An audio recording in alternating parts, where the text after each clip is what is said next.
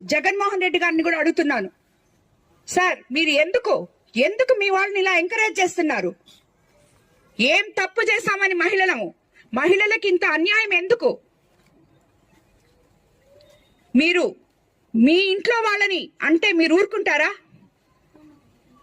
ఒక్కసారి మీరు ఈ మాట్లాడే వాళ్ళకి ఒక్కరికొక్కరికి ఫోన్ చేసి ఏం చేస్తున్నారా మీరు, మీ మాటలు వెనక్కి తీసుకోండి, ఒక మహిళని, కుటుంబ స్త్రీని ఎందుకు ఇలా మాట్లాడుతున్నారు అని ఒక్క మాట అడగలేకపోయారు.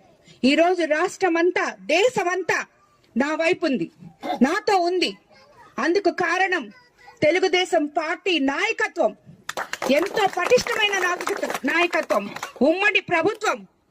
చంద్రబాబు నాయుడు గారి దగ్గర నుంచి, లోకేష్ బాబు గారి దగ్గర నుంచి, ఈ రోజు పవన్ కళ్యాణ్ గారి దగ్గర నుంచి, భువనేశ్వరమ్మ దగ్గర నుంచి అందరూ నన్ను ఓన్ చేసుకొని